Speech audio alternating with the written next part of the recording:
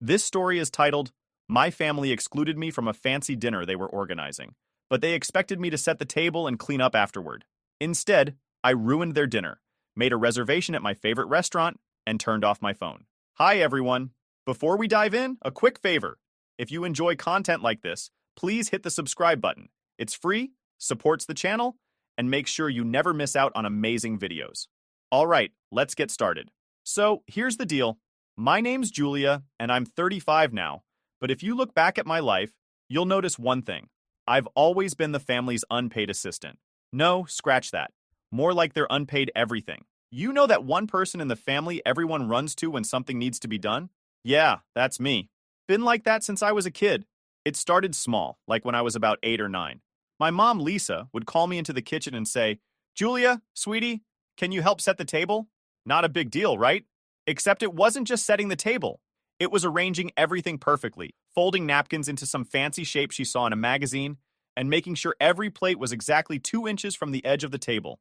And if it wasn't, she'd sigh and fix it herself. You'll get it eventually, she'd say, like I was training to be some Michelin-starred waiter. Then there was my older brother, Luke. He's 3 years older than me and somehow managed to avoid being roped into anything remotely resembling responsibility. When he was 15 and I was 12, he had a science fair project to do. Instead of working on it himself, guess who got stuck building a volcano out of papier-mâché at the kitchen table? Mr. and Luke had the nerve to complain that the lava didn't flow cool enough during his presentation. Mom just smiled and said, "At least you helped him get it done." By the time I hit high school, it was just understood that Julia would handle anything remotely stressful. My little sister Rachel was born when I was 14, and from then on, my life turned into a never-ending list of, Can you just watch Rachel while I run to the store? Can you just help Luke write his college essays? Can you just organize the family reunion? I barely had time to focus on my own stuff because someone always needed something, and it wasn't like they ever thanked me. I don't even think they realized how much I was doing. It was like, in their minds, I was some kind of magic elf who made everything happen without breaking a sweat. But I noticed how Luke got praised for the smallest thing, like mowing the lawn once a month, while I was busting my butt to keep the house running. And Rachel? She was the golden child. She could do no wrong. If she spilled juice on the carpet, it was, "Oh, Rachel, you're so silly." But if I forgot to unload the dishwasher, it was, "Julia, why can't you just be more responsible?" One summer, when I was 17, my mom decided to throw a barbecue for the whole neighborhood. I didn't even get asked if I wanted to help. She just handed me a list of things to do. Marinate the chicken, make potato salad, set up the chairs in the backyard, and decorate the tables. Meanwhile, Luke sat on the couch playing video games, and Rachel ran around blowing bubbles. I asked my mom why no one else was helping, and she said, "Because you're the only one I can count on, Julia." That was the first time I realized how unfair it all was. But I didn't say anything. I just did what I always did. Sucked it up and got to work. Things only got worse when I went to college. I stayed close to home because it was cheaper, and I figured it would give me time to focus on my studies. Ha! Joke's on me. My mom acted like me living 20 minutes away meant I was still on call. She'd text me in the middle of a lecture. "Julia, can you come over and help me rearrange the living room?" Or, "Rachel needs cupcakes for her school bake sale. Can you swing by and bake a batch?" And if I said no, she'd pull the guilt card. "I don't know what I'd do without you." Meanwhile, Luke had moved out to another state, and Rachel was still a kid, so all the responsibility fell on me. Even when I told them I was drowning in schoolwork, they didn't get it. "You're so good at multitasking," my mom would say. "You'll figure it out." And I did, somehow. I graduated with a degree in event management, mostly because I figured, hey, if I'm going to be organizing everyone's lives, I might as well get paid for it. But even after I started my own business, the demands didn't stop. If anything, they got worse. My mom would call and say, "Julia, since you're an event planner, can you help me with Rachel's birthday party? Just a few ideas, nothing big." It was always big, though. One year, she wanted a circus theme, complete with a popcorn machine and a clown. I spent 2 weeks finding vendors and setting everything up. The day of the party, my mom told her friends, "Isn't it amazing what you can do with Pinterest?" I was fuming, but I didn't say anything. That's the thing about being the family helper. You're expected to be grateful for the privilege of being used and not being appreciated at the same time.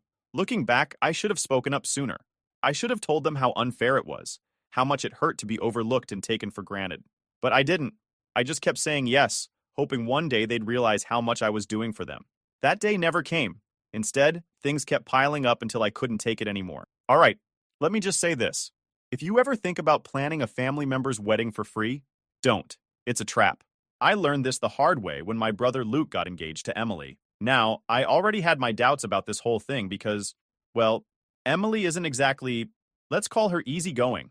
She's the type of person who'll send back her latte if the foam doesn't have the right consistency. Yeah, she's one of those people. When they announced their engagement, I knew my life was about to get stressful. Sure enough, the day after the big announcement, my mom called me. Julia, you're going to plan Luke and Emily's wedding, right? I hesitated because, by this point, I'd already decided that my time was worth something. My business wasn't huge yet, but I had clients and deadlines, and I couldn't just drop everything for Luke. So I said, Mom, I don't think I can do it for free. This is my job now. She gasped like I just insulted the family honor. Julia, you're his sister. You can't charge family. I caved, of course. I always caved. I told myself I'd just help a little, like giving advice or recommending vendors. But that's not how my family works. The next day, Emily called me with a list. Not a, hey Julia, could you maybe list number. It was a full-blown to-do list. Okay, so I need you to find a venue that can accommodate at least 200 people, she started. And it has to have a view, like a really nice view. Oh, and it can't cost more than $5,000 because Luke and I are trying to be budget conscious. I wanted to scream. A venue for 200 people with a really nice view for $5,000? Was she serious? I don't know what fantasy land she lived in, but in the real world, that's impossible. Still, I nodded along and said I'd look into it. That was just the beginning. Over the next 6 months, I became their personal assistant, therapist, and punching bag. Emily couldn't make up her mind about anything. One week she wanted a garden wedding. The next, she was all about a rustic barn theme. Luke, of course, didn't care about any of it. Whatever Emily wants, he'd say, shrugging. By the time we hit month 3, I was juggling so many tasks that I actually had to turn down paying clients. I didn't even get so much as a thank you. Luke would text me at random hours with stuff like, hey, can you find someone to do custom invitations? Emily doesn't like the ones we saw at the store.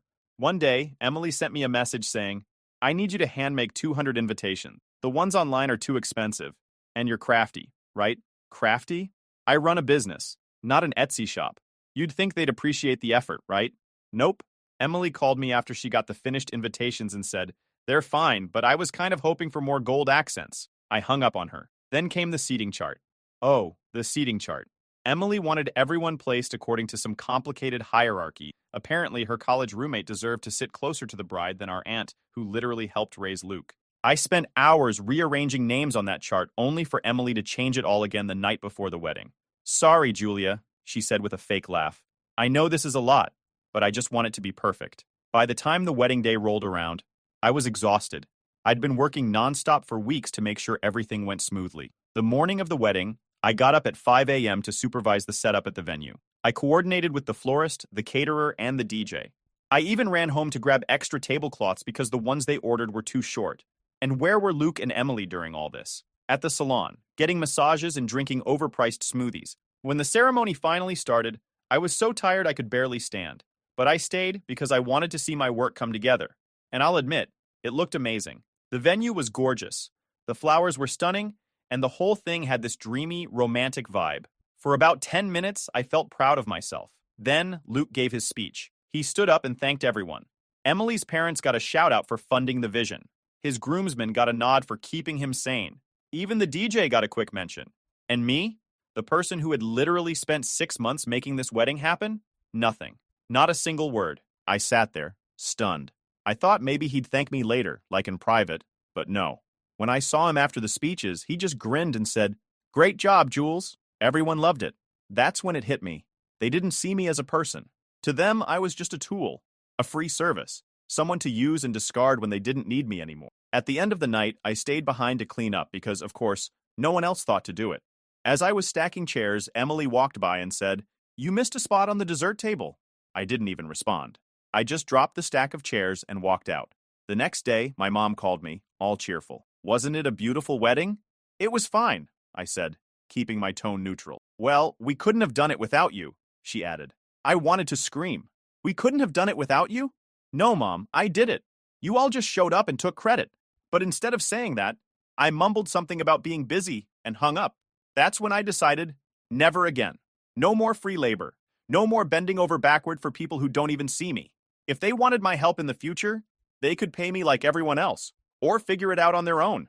Luke and Emily never even sent me a thank you card, but honestly, I didn't expect one. At that point, I knew exactly how much they valued me, which is to say, not at all. Looking back, that wedding was a turning point for me. It wasn't just about the work or the lack of gratitude. It was about realizing that I'd spent my whole life putting everyone else first. And for what? A pat on the back? A half-hearted good job? Number I deserved better. And I was finally ready to do something about it. But for them, nothing's changed. They continued being entitled people with huge expectations and zero appreciation. By the time Rachel started college, I thought I'd learned my lesson about helping my family for free. After the disaster that was Luke's wedding, I'd told myself I was done being their unpaid labor. But Rachel? She had a way of pulling me back in, mostly because she was the baby of the family. And for some reason, that made me feel like I owed her something. Rachel was 18, going to some small liberal arts school a couple of hours away. She'd call me every once in a while, usually when she needed something. It was never a casual, hey, how's life and call. It was always, hey, Julia, can you do me a favor? One time she asked me to edit her essay at midnight because it was due at 8 a.m. the next day. I told her no, and she hit me with, wow, so much for being a supportive sister. But the real drama started during her sophomore year. She called me one afternoon, her voice all chipper. That should have been my first warning sign. Julia? Guess what? I sighed. What? My sorority's spring gala is coming up, and I'm in charge of planning it. Oh, that's nice, I said, already feeling the setup. Yeah, and I was thinking, you're so good at this kind of stuff. Could you, help me? Just a little? Rachel, I said, trying to keep my voice calm. I can't. I'm really busy with work right now. But you're an event planner. This is like your thing. Exactly, I said. It's my job. I don't have time to do this for free. Her tone changed immediately. Wow. So you're really not going to help me? After everything I've done for you? I laughed out loud. What have you ever done for me, Rachel? I don't know. Been your sister? I hung up on her. For a couple of weeks, I thought that was the end of it. I figured Rachel would find someone else to help or, I don't know, actually do the work herself. But no. She called me again a month later, this time sounding frantic. Julia, I'm freaking out, she said, barely pausing to breathe. The gala is in 2 weeks, and nothing is done. The venue fell through, the caterer backed out, and I have no idea how to fix this. That sucks, I said, trying not to sound too smug. Please, Julia, I'm begging you. Just give me some advice. I don't know what to do. I should have said no. I should have let her deal with the consequences of her own lack of planning. But part of me felt bad for her. So I gave her some tips. Basic stuff like how to find a last-minute venue and what kind of food works best for a big group. Thank you, thank you, thank you, she gushed. You're a lifesaver. But of course, that wasn't enough. 2 days later, she texted me asking if I could design the invitations. It's just a simple layout, she said. Like that made it any less time-consuming. When I told her I couldn't, she whined about how no one else understands my vision like you do. By the time the gala rolled around, I was getting hourly updates from Rachel about how everything was falling apart. The tablecloths didn't match the napkins, the flowers were the wrong shade of pink, the DJ was late. I tried to stay out of it, but then she called me in tears the night before the event. Julia, I don't know what to do. Everyone's going to think I'm a failure. I took a deep breath. Rachel, you waited until the last minute to plan this. What did you expect? I just thought it would be easier, she sniffled. Maybe next time don't volunteer for something you're not ready to handle, I said. She didn't reply, just hung up on me. The next day, I saw photos from the gala on Instagram. It was rough. The decorations looked thrown together, the food was served in disposable trays, and the lighting was straight out of a middle school dance. The caption on Rachel's post said something like, "Not perfect, but we made it happen." I thought that was the end of it. But then she called me again, a week later. Julia, you ruined my gala. I blinked. What? If you had helped me, it would have been amazing, she said. But you were too selfish to care. I couldn't believe what I was hearing. Rachel, I didn't ruin anything. You ruined it by not planning ahead. You're supposed to have my back, she said, her voice shaking. I snapped. Rachel, I've had your back your whole life. I've done more for you than anyone else in this family, and I've never asked for anything in return. But guess what? I'm done. You're an adult now. Figure it out yourself. And then I hung up, without waiting for her to respond. For months, Rachel barely spoke to me. Whenever I saw her at family gatherings, she'd glare at me or make passive-aggressive comments. My mom tried to mediate, saying things like, Julia, can't you just apologize? Rachel's still learning. Learning what? I shot back. How to dump her responsibilities on other people. Luke, of course, sided with Rachel. "You were kinda harsh, Jules," he said one night. "She's just a kid." "She's 18, I said. "She's not a kid anymore." It was exhausting. No matter how much I explained myself, my family just didn't get it. To them, I was the bad guy for not swooping in to save the day like I always did. But I didn't care. For the first time, I was standing up for myself, and it felt good. Over time, Rachel stopped blaming me, at least publicly. She still made snide comments every now and then, but I could tell she was embarrassed. Her sorority sisters hadn't been impressed with the gala, and she'd been voted out of her event coordinator role. Part of me felt bad for her, but mostly I was relieved. Maybe now she'd think twice before taking on responsibilities she couldn't handle. At this point, I'd like to think I was finally done with my family's entitled nonsense. I'd been burned enough times to know better. But then the last straw came with the dinner party. This was the moment when I realized my family wasn't just clueless. They were downright audacious. It started with a phone call from my mom. I was at home finishing up a client proposal when her name popped up on my screen. I considered ignoring it, but I ended up answering. Big mistake. "Julia!" she chirped as soon as I answered. "You'll come early on Saturday to set the table, right?" I frowned, holding the phone between my ear and shoulder. "What's happening Saturday?" "The dinner party for Luke's promotion," she said, like I should have known. I blinked. "I wasn't invited." "Well, of course not," she replied. Her tone so casual it made my blood boil. "It's mostly Luke's colleagues and their spouses. You wouldn't really fit in." Wow. Just wow. "So let me get this straight," I said, my voice tight. "I'm not invited to the dinner, but you still want me to come early and set up?" "Exactly," she said, as though this was a perfectly reasonable request. "You're so good at these things, Julia. You've always had an eye for detail." I was speechless. For years, I'd put up with their nonsense, but this was a new low. I wasn't good enough to be a guest, but I was good enough to do the grunt work. My mom took my silence as agreement. "Great," she said. "We'll need you here by 4 o'clock. Don't forget to bring extra napkins. We might run out." I hung up without saying goodbye. For the rest of the week, I stewed. I knew I should have said no right then and there, but old habits die hard. The people pleaser in me felt obligated to show up. But the angrier I got, the clearer it became. I wasn't just going to skip this dinner, I was going to ruin it. Saturday rolled around, and I arrived at their house just before 4 o'clock. My mom was in full-on hostess mode, bustling around the kitchen with her party apron on. She barely looked up when I walked in. "Julia, you're here! Good. The table needs to be set, the candles need to be lit, and the appetizers are in the fridge. Can you plate them?" "Sure," I said, keeping my voice neutral. But in my head, I was already plotting. First, I accidentally swapped the fancy linen napkins with some paper ones I found in the pantry. Then, I set the table with mismatched plates and cutlery. Nothing too obvious, just enough to throw off the aesthetic. I placed the salad forks where the dessert spoons should go and deliberately skewed the alignment of the place settings. My mom was too busy barking orders to notice. Next, I moved on to the appetizers.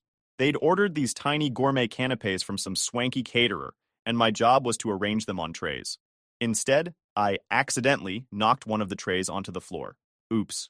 The rest went into the fridge, but I made sure to leave the temperature dial cranked all the way down. By the time they got to them, they'd be half frozen. My pièce de résistance, the drinks. Luke and Emily had splurged on a couple of bottles of fancy imported drinks for the evening. I poured a liberal amount of salt into each bottle and gave them a good shake before resealing them. I even left a cheap bottle on the counter as a backup. By 5 o'clock, I was done helping. I grabbed my purse and told my mom I had to run an errand. She barely looked up from her seating chart. "Just be back before the guests arrive," she said. I didn't go back. Instead, I made a reservation at my favorite restaurant and treated myself to a quiet, drama-free evening. As I enjoyed my meal, my phone buzzed relentlessly. First, it was my mom. "Where are you? The guests are arriving." Then Luke chimed in. "Julia, this isn't funny. Mom says the appetizers aren't ready." I silenced my phone and ordered dessert. Later that night, Clara, my best friend, texted me. "Check Emily's Instagram," she wrote, followed by about 10 laughing emojis. Curious, I opened the app. Emily had posted a series of photos from the dinner party, and let me tell you, it was a train wreck. The first photo showed the table, which looked like a thrift store threw up on it. Mismatched plates, crooked napkins, and unlit candles. The caption read, "When your sister promises to help but bails at the last minute." The next photo was even better. Luke pouring a glass of the salted drink, his face contorted in disgust. "Note to self, never trust Julia with anything," Emily had written. I couldn't stop laughing. For years, I'd busted my ass to make my family's events perfect. and they never appreciated it. Now, they were finally getting a taste of what life was like without me holding everything together. After the dinner party fiasco, I thought my family would finally get the message. You'd think ruining a whole evening would make them reconsider treating me like a free-for-all event planner, but no. My family, they're stubborn. Instead of self-reflection, they doubled down on blaming me. I wasn't just the villain. I was the scapegoat for every single thing that went wrong that night. Luke's text barrage was the worst. He didn't stop for days. Stuff like, I can't believe you'd sabotage my big night, and what kind of sister does this? At one point, he even called me vindictive. That one made me laugh. Oh, I was vindictive? What about years of using me like a servant while ignoring my own achievements? Funny how they only noticed me when I didn't show up to save the day. Emily, of course, had to get her 2 cents in. She left me a voicemail so dramatic I couldn't decide if I wanted to scream or roll my eyes. Julia, you embarrassed Luke in front of his boss. Do you know how that makes me look? She whined, as if her image was my top priority. I didn't bother replying. Let her stew. Even my mom, who usually tried to smooth things over, was furious. She called me 2 days after the party, and I braced myself for another round of guilt tripping. Julia, she started, her voice sharp, your behavior was completely unacceptable. I almost laughed. My behavior? Mom, I said, you asked me to set the table for a party I wasn't invited to. What did you expect? I expected you to be mature, she snapped. You've always been the reliable one, Julia. This was so out of character. Maybe you should have thought about that before treating me like a maid, I shot back. I'm done being your go-to. Find someone else to exploit. She gasped like I'd slapped her. Exploit? Julia, we're family. Exactly, I said. And family is supposed to appreciate each other, not use them. I hung up before she could argue. I didn't feel bad about it either. For once, I was standing my ground. The fallout from the dinner party was worse than I'd imagined. Word spread fast in our small town, and suddenly everyone had an opinion about what happened. My mom was quick to spin the narrative, painting herself as the innocent victim of her ungrateful daughter. I heard through the grapevine that she told her friends, I don't know what's gotten into Julia lately. She's so selfish. The irony wasn't lost on me. All these years of being their doormat, and now I was selfish for not wanting to be treated like dirt? Classic. The thing is, it wasn't just about the dinner party. That night was the culmination of years of being overlooked, undervalued, and straight up used. It wasn't like I woke up one morning and decided to sabotage their lives. They pushed me to my breaking point, and I wasn't about to apologize for finally snapping. But my family? They didn't see it that way. To them, I was the villain for not playing along anymore. Every missed text, every unanswered call was another strike against me. And honestly, I was fine with that. Let them think what they want. At least villains have boundaries. It felt like the logical next step to put some serious space between me and my family. I didn't make some grand announcement, no dramatic speeches or ultimatums. I just stopped. Stopped answering their calls, stopped showing up for birthdays or holidays, stopped giving any part of myself to people who didn't deserve it. At first, I thought they might fight for me, try to reach out and make things right. But if I've learned one thing about my family, it's that their pride always outweighs their capacity for self-reflection. Instead of admitting they were wrong, or even acknowledging my absence, they doubled down on their usual tactics, bad-mouthing me behind my back. It started with Rachel. Of course it did. She was the family's golden girl, and she had no problem playing the victim in my absence. My mom mentioned something about how Rachel was so hurt that I didn't come to her college graduation party. Hurt? Rachel hadn't spoken to me in months, but suddenly I was supposed to drop everything for her milestone? Yeah, right. Then Luke joined in. I heard from Clara, who's still friends with some of our mutuals from back home, that he'd been going around telling people I was difficult and selfish. That one really pissed me off. This was coming from the guy who couldn't organize a barbecue without leaning on me. But now I was the problem, and my mom, she was the worst. She called up every relative who would listen, spinning some sob story about how I'd abandoned the family. Never mind that I'd spent years sacrificing my time, energy, and sanity for them. To hear her tell it, I was the villain who broke up our happy little unit. Then came the trip. Oh, the trip. It was Luke's idea, of course. He booked a family vacation to Florida and made sure everyone knew he was footing the bill. They rented a big beach house, posted pictures all over social media, Rachel lounging by the pool, my mom holding a smoothie. The captions were the best part. Rachel posted something like, "Family time is the best time." My mom shared a picture of the sunset with the caption, "So grateful for my wonderful children." Even Luke got in on it, posting a picture of him and Rachel clinking glasses with the caption, "Couldn't ask for a better family." It was so obvious what they were doing. The whole thing screamed, Look, Julia, we're doing great without you. Like I was supposed to be heartbroken over not being included in their little beach party. I saw the post while scrolling through Instagram one evening, and instead of feeling hurt, I just laughed. If they wanted to spend thousands of dollars proving they didn't need me, that was on them. Meanwhile, I was curled up on my couch with a book, enjoying the peace and quiet of my family-free life. Weeks turned into months, and I didn't hear a word from them. No calls, no texts, nothing. Part of me wondered if they even noticed I was gone. But the longer the silence stretched, the more I realized how freeing it was. Without their constant demands, I had so much more time and energy for myself. I started saying yes to things I'd always put off, taking on new clients, signing up for yoga classes, even planning a solo trip to Italy. Then, out of nowhere, I got a text from Rachel. "Hey Julia, hope you're doing okay. I miss you." I stared at the message for a long time, debating whether to reply. It seemed too casual, too convenient. After all the crap she'd pulled, why now? "Hi Rachel, I'm fine. What's up?" Her reply came almost immediately. "Mom's 60th birthday is coming up, and we're throwing her a surprise party. I was hoping you could help plan it." I put my phone down and laughed. Not a polite chuckle, but an actual, full-on laugh. Of course, she wasn't reaching out because she missed me. She wanted something. "I can't," I replied. "I'm too busy." Her response came quickly. "Seriously, Julia? This is Mom's big day. You can't just put your pride aside for one night?" "It's not pride," I wrote back. "It's boundaries. Good luck with the party." She didn't reply after that. The party came and went without me. I felt nothing. No guilt, no sadness, no longing to be there. If anything, I felt relieved. A few weeks later, Rachel texted me again. "We missed you at the party. Hope you're okay." I didn't respond. It had been almost a year since I cut ties with my family, and life had never felt more peaceful. For the first time, I was living for myself. No more guilt, no more obligations, and definitely no more being used as their personal errand girl. It wasn't always easy. There were moments when I missed the idea of family, but then I'd remind myself, it wasn't the family I had. My family wasn't kind or supportive. They were users, and I'd finally stopped letting them use me. I was in the middle of planning a high-profile corporate gala when the call came. My phone buzzed with a familiar name, Mom. I stared at the screen, debating whether to answer. It had been months since she'd last tried to contact me, and honestly, I liked it that way. But something made me pick up. Curiosity, maybe. Or a desire to hear just how far they'd go this time. "Hello?" I said, keeping my tone flat. "Julia," my mom said, her voice softer than I'd ever heard it. "How are you, honey?" I blinked. That was new. "I'm fine. What's going on?" There was a pause, and then she sighed. "We've been talking, me, Luke, Rachel, and we realized we owe you an apology." "An apology?" I almost laughed. Where was this energy a year ago? "Oh," I said, keeping my voice neutral. "We were wrong to take you for granted," she continued. "You've done so much for this family, and we didn't appreciate it the way we should have." I leaned back in my chair, letting her words sink in. It was what I'd wanted to hear for years. But now that it was happening, it felt hollow. "Why now?" I asked. "What changed?" "Well," she said, hesitating, "we've been struggling. Things haven't been the same without you." I snorted. Of course.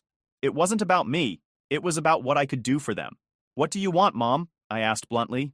She hesitated again, and then it came out. "Rachel's wedding is coming up, and we really need your help. You're so talented, Julia. No one can do what you do."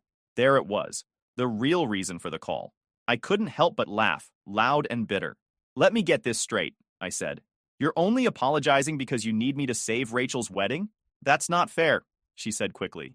"We miss you, Julia. We want to make things right." "No, you don't," I said. "You want me to fix your problems like I always did. Well, guess what? I'm not your fix-it person anymore." "Julia, please," she said, her voice trembling. "Rachel's been so upset. She really wants you there." I thought about all the times Rachel had called me selfish, ungrateful, a terrible sister. All the times she'd expected me to clean up her messes without so much as a thank you. And now she wanted me to swoop in and save her big day? "No," I said firmly. "What do you mean, no?" my mom asked, her voice rising. "I mean, no," I said. "I'm not helping with the wedding. I'm not coming to the wedding. And I'm not letting you guilt me into going back to the way things were." Julia," she started, but I cut her off. "You don't get it, Mom," I said, my voice sharp. "You've spent years treating me like I'm only good for what I can do for you. And now that I've stepped away, you're finally realizing what you lost. But it's too late. I'm done." There was a long silence. When she finally spoke, her voice was small. "We're trying, Julia. Isn't that worth something?" Not when it's only because you need something from me, I said. You're not sorry for how you treated me. You're sorry because it's inconvenient for you now that I'm gone. Julia, please, she said again, but there was a desperation in her voice now. No, I said one last time. I'm done. And then I hung up. For the first time in years, I felt free. Truly, completely free. The weight of their expectations, their demands, their endless neediness, it was gone. I'd slammed the door shut, and this time I wasn't opening it again. Rachel's wedding went ahead without me, of course. I heard through the grapevine that it was a disaster. Last-minute venue issues, a no-show caterer, and a seating chart mix-up that had people sitting in the wrong spots all night. Apparently, Emily tried to salvage things, but without someone like me to hold it all together, the cracks were impossible to hide. Clara called me after hearing the news. So, how does it feel to be vindicated? She asked, laughing. Honestly, I said, smiling, it feels amazing. My mom, Luke, Rachel, they're all part of my past now, and that's where they'll stay. As for me, I am okay. I'm better than okay. For the first time in my life, I'm living on my own terms, free from their expectations and demands. They can call me selfish, difficult, ungrateful, whatever helps them sleep at night. I know my worth, and I'm not lowering my standards just to make them comfortable. They had their chances. They blew them. And me? I'm done looking back.